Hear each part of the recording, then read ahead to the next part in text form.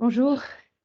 Voilà, donc nous sommes, donc je suis musicothérapeute, hein, Delphine, sur le groupe hospitalier Noresson, donc qui est actuellement sur deux sites entre Orsay et Longjumeau. Dans 2 mois, nous déménageons sur un seul site, d'accord, sur un seul site, voilà. Et donc je suis accompagnée par mes collègues, donc une infirmière de chaque site et Solène, psychomotricienne. Donc la musicothérapie.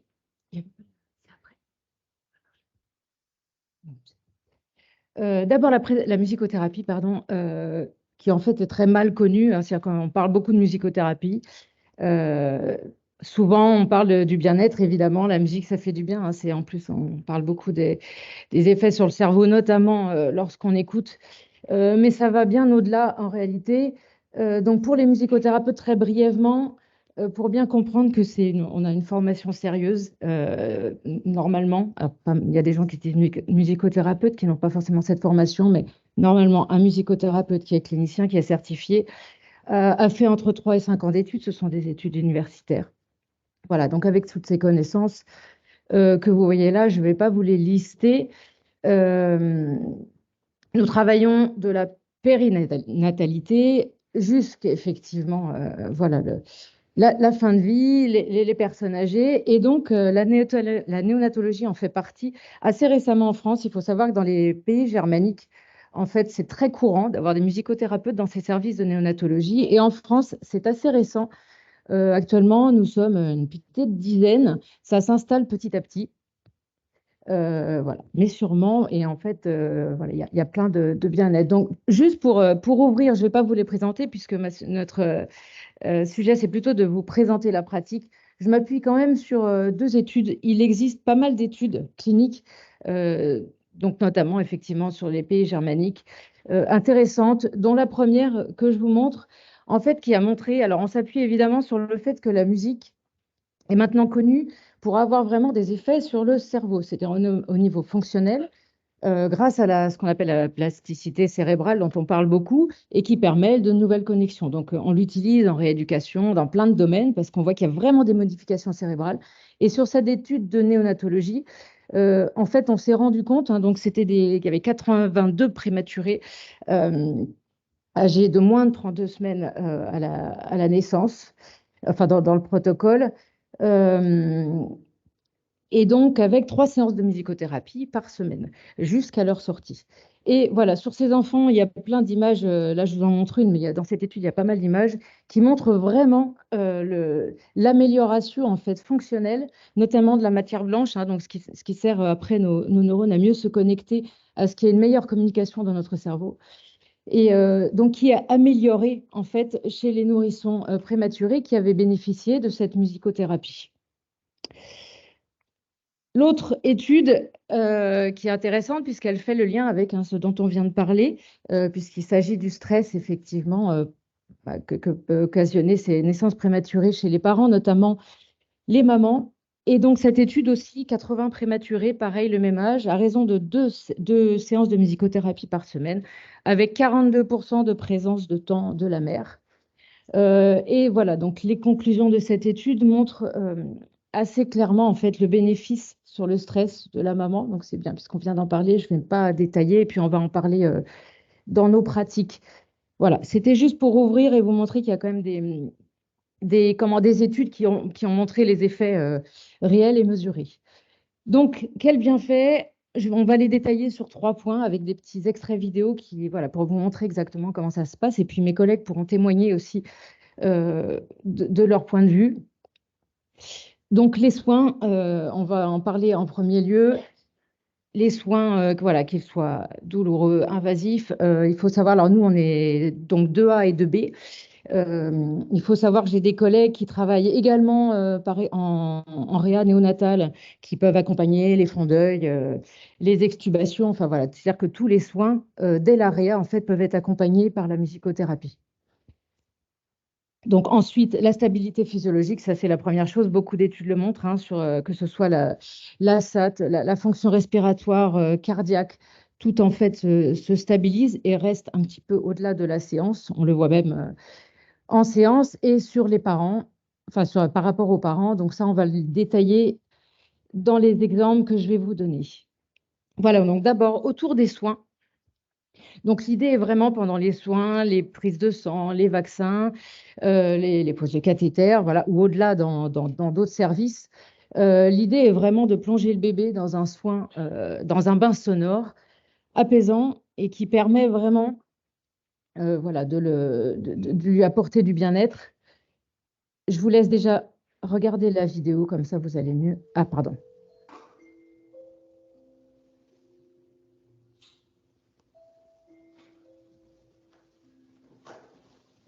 Donc là, c'est pendant un vaccin.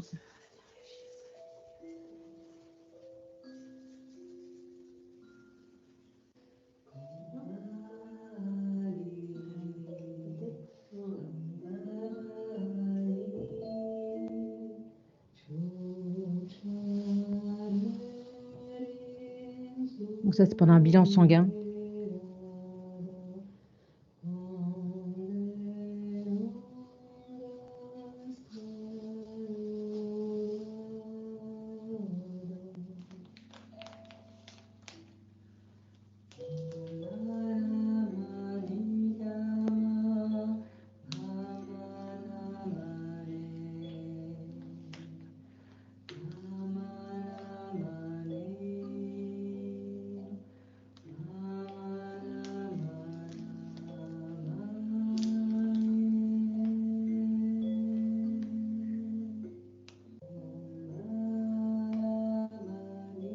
Donc, petit détail, et c'est pour ça que je l'ai mis un petit peu long sur celui-là, on démarre avant le soin, au moins 10 minutes, 5-10 minutes, pour que le bébé soit vraiment déjà plongé avant le soin dans ce bain sonore, pendant, et on continue après.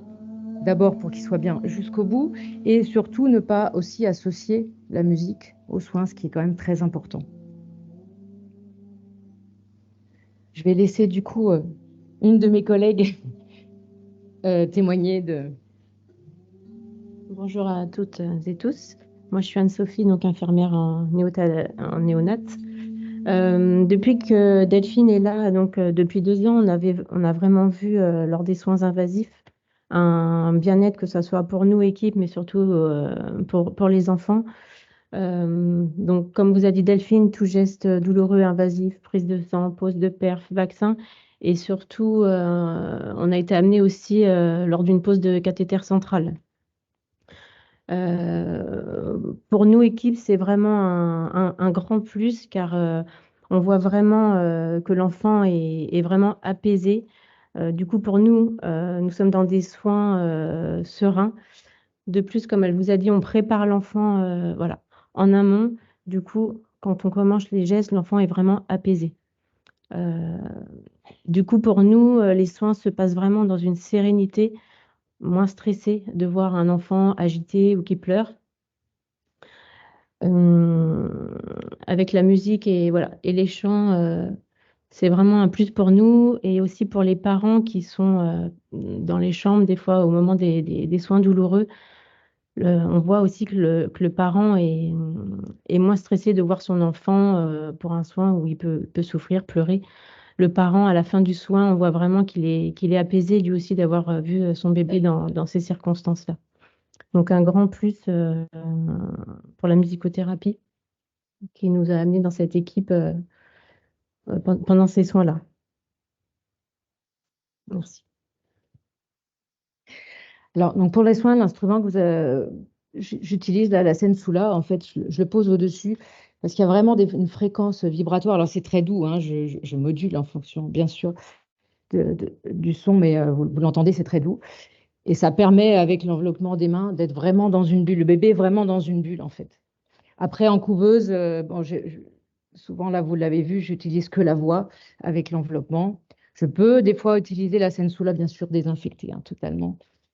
Voilà. Donc ensuite, sur le bien-être, donc je vous ai mis là-haut, bon, c'est juste, c'est le petit clin d'œil, mais ça montre, on voit très vite sur les écrans, en fait, dès qu'on démarre la musicothérapie, on voit toutes les constantes, en fait, s'améliorer. Voilà. Donc, pour les séances, donc quand je suis avec les bébés hors soins, ça peut être, peu importe, en couveuse, dans les lits. Bon, je parlerai après de la situation avec les parents.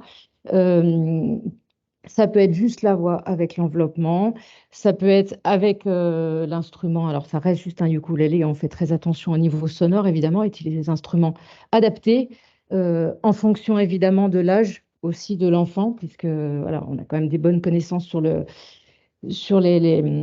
l'auditif et le seuil qui est très important. Et de ne pas surstimuler, c'est-à-dire qu'au début, hein, on utilise essentiellement la voix en humming, ce qu'on appelle en humming, c'est-à-dire bouche fermée. Ensuite, avec des paroles, ça peut être des perceuses, ou parfois jusque voilà, dans les bras quand l'enfant est un petit peu plus grand et qu'il a besoin d'être calmé différemment. Je vous montre, pareil, la vidéo qui va vous montrer des exemples.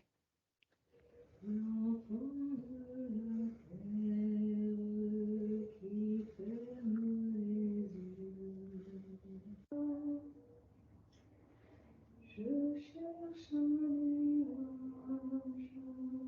pour passer la nuit. Je cherche un nuage pour me faire un lit. Bon, là, c'est une photo, mais c'est pour vous montrer. Des fois, je fais avec les jumeaux et en triplé.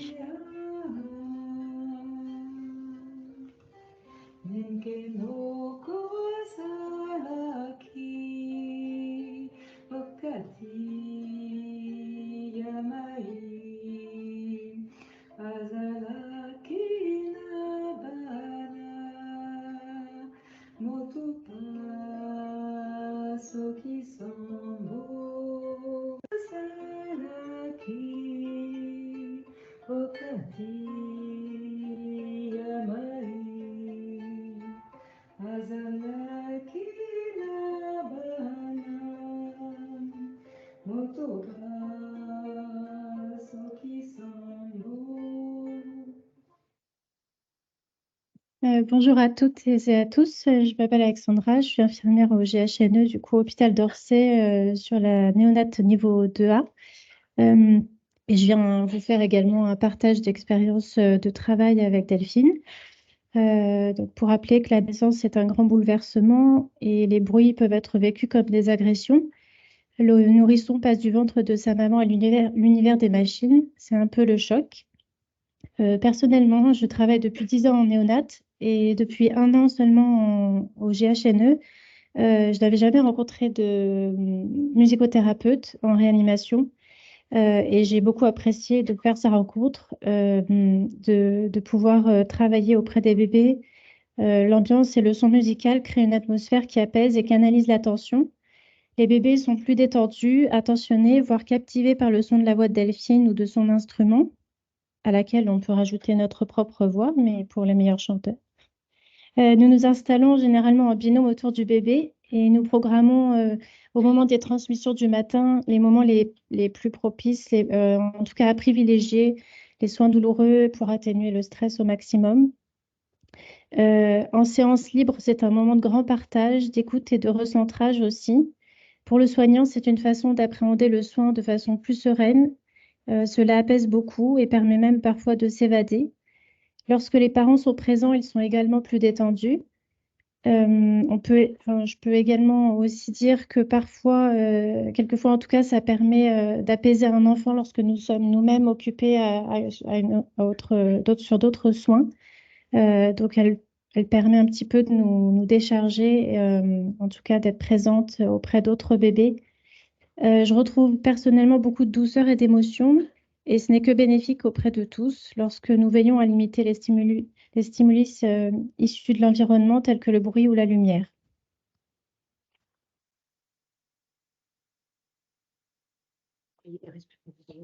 Bonjour, je suis Solène, la psychomotricienne du coup du service. Juste rapidement pour terminer, je vais apporter un petit peu mon point de vue de psychomotricienne. Donc, je suis arrivée en même temps que Delphine, en fait, il y a 1 an et demi. Donc, du coup, naturellement, nos pratiques se sont un petit peu coordonnées en fonction des besoins. Et du coup, je trouve que la musicothérapie s'intègre très bien dans les soins de développement, que ce soit pour soulager la douleur, mais aussi pour permettre la communication des parents auprès de leur bébé. On sait à quel point ça peut être un petit peu compliqué du point de vue du bébé qui a peu de moyens et puis des parents qui sont un petit peu déboussolés. Je vous apprends rien. Et du coup, la musicothérapie va vraiment créer cet environnement un petit peu sensoriel, sécurisant et de détente qui va permettre du coup les échanges. Il y a beaucoup d'émotions qui sont véhiculées, qui sont le soutien du développement psycho-affectif du tout petit. Et puis, du coup, la musique, c'est aussi une médiation que les psychomotriciens auxquels ils peuvent avoir recours. Et finalement, on voit que c'est vraiment un soutien aussi des capacités développementales. On l'a vu, il y a des impacts bénéfiques sur la psychomotricité de l'enfant.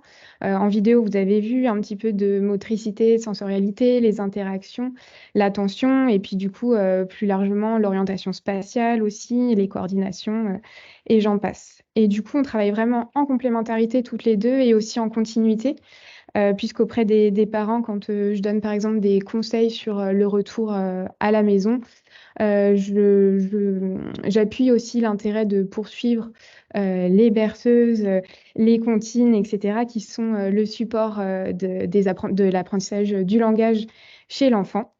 Et finalement, on instaure dès l'hospitalisation des moments de partage, de jeu, de bien-être, et qui peuvent du coup devenir des habitudes de vie aussi, et pour du coup soutenir le développement harmonieux de tous ces bébés hospitalisés.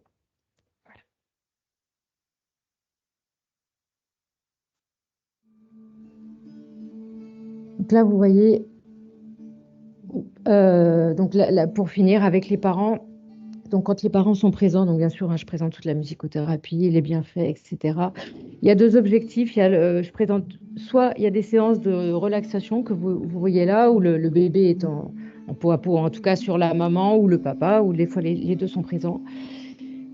Et donc là, l'objectif est vraiment de la relaxation. Et en même temps, c'est un moment où le bébé interagit beaucoup, en fait, avec la maman ou le papa.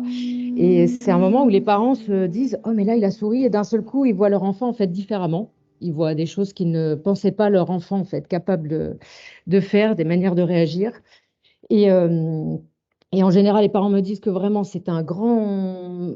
Enfin, voilà, que c'est un grand bienfait pour eux, ce moment est vraiment précieux. Ça les coupe, ils s'évadent et ça leur fait beaucoup de bien. Et l'autre partie, c'est d'inciter les parents. J'ai un carnet de berceuses avec des berceuses dans beaucoup, beaucoup de langues différentes.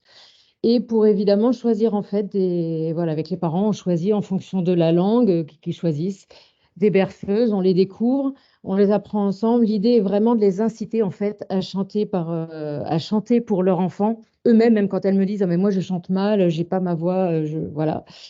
Euh, donc voilà, ce qui est aussi un pan très important. Voilà, je vous remercie.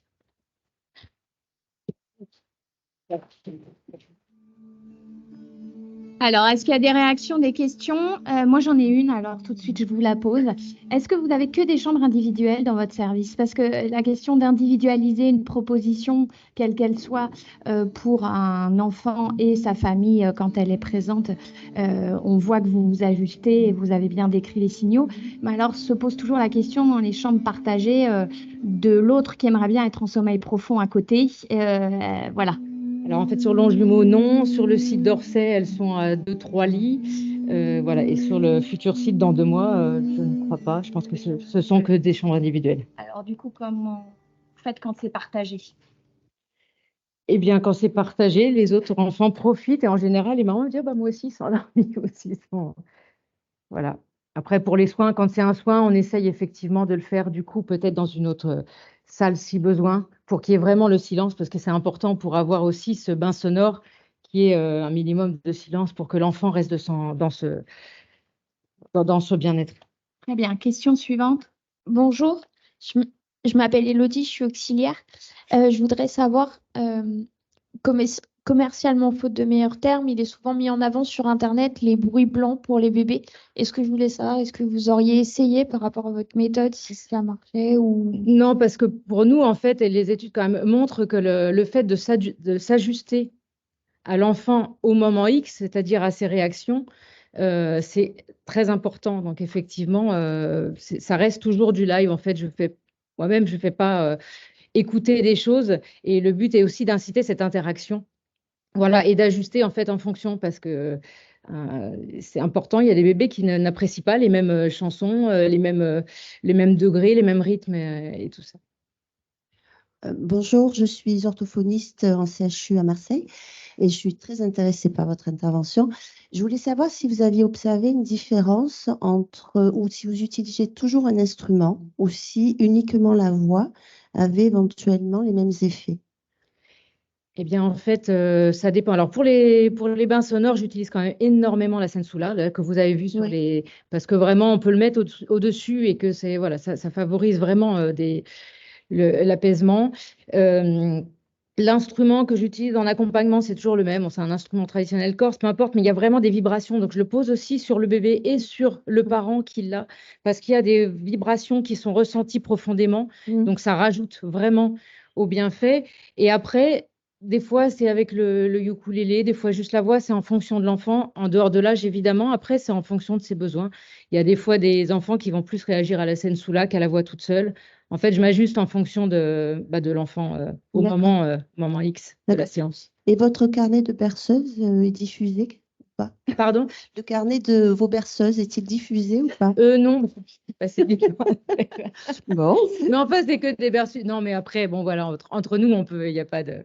super, merci. Une dernière question ici.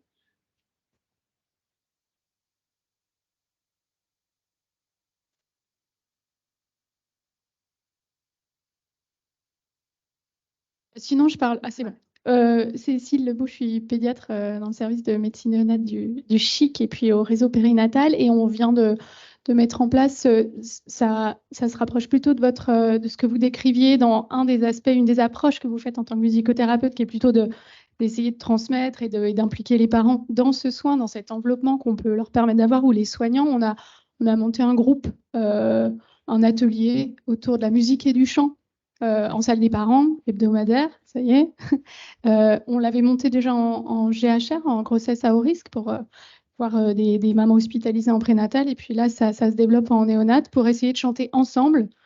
Enfin, justement pour ceux qui aiment peut-être pas ou qui pensent pas, qui peuvent chanter, mais chanter ensemble. Déjà, ça, c'est un point. Et puis, pour que, par exemple, un répertoire de berceuse ou des compétences, des envies puissent sortir de ça. Donc voilà, c'était pour partager ce qu'on fait. Oui, Et vous le développiez plutôt l'aspect de transmettre aux parents ou aux soignants l'envie ou le savoir. Oui, transmettre chanter. et inciter, parce qu'il y a beaucoup de parents qui n'osent pas chanter. Alors, le contexte hospitalier fait que aussi, voilà, donc c'est aussi les inciter, parce que. Ça développe ça. Et pour finir, les gens en ligne se demandent s'il y a des études qui mettent en évidence l'utilisation, notamment dans les soins douloureux, de cette pratique au regard des pratiques couramment utilisées telles que le sucre. Est-ce que, voilà, il y a des études qui existent et qui montrent Alors, un impact? il y en a, on en a échangé justement avec le groupe de musicothérapeutes en néonatologie l'autre jour. Il y en a une qui existe apparemment, qui a commencé à montrer les bienfaits.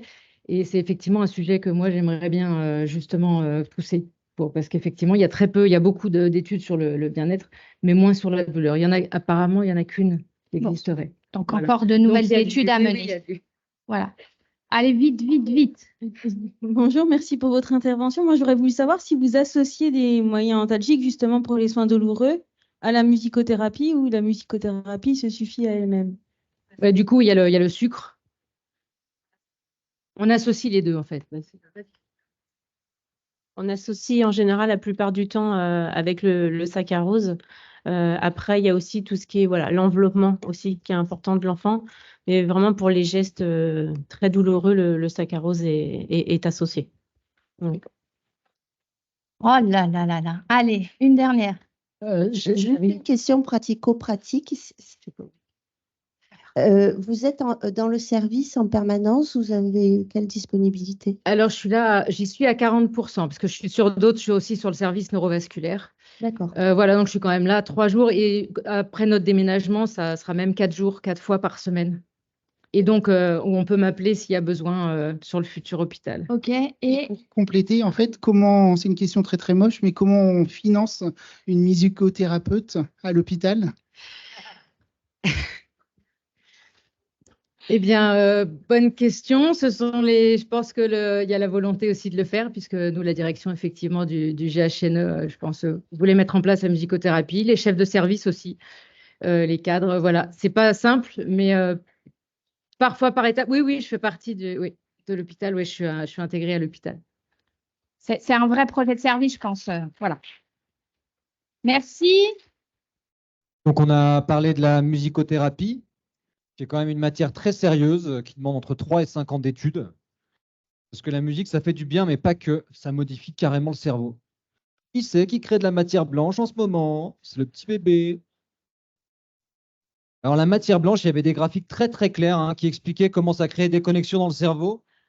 On voit qu'au début, la matière, ça ressemble à un vélo, ça va pas très vite. Après, c'est une voiture, c'est déjà vachement mieux. Et quand on a écouté beaucoup de musique, c'est carrément la fusée de Tintin. Ça va très très très vite. Et pour ça, il suffit de plonger l'enfant dans un bain de musique et de le faire en amont et en aval des soins pour que ce ne soit pas associé la musique aux soins. Sinon, on se retrouve avec un bébé de Pavlov qui dit oh, ding, ding, ding, ding, on va me piquer. Alors, sorti du ventre de la mère, on a bien noté que l'environnement sonore pouvait être perçu comme une agression et on fait très attention au volume sonore. Rock and roll. Je peux reculer un peu peut-être. Je vais baisser un petit peu l'ampli, d'accord? Ok. Non, en fait, c'est avec un ukulélé et une kalimba. C'est des instruments très doux. Et les parents, parfois, sont surpris par les réactions des enfants. Eh, c'est en train de l'écraser, là, il fait une drôle de grimace. Non, mais c'est un sourire, en fait. Et donc, c'est une musique qui est toujours faite en live parce qu'elle doit être en interaction avec le bébé. Voilà.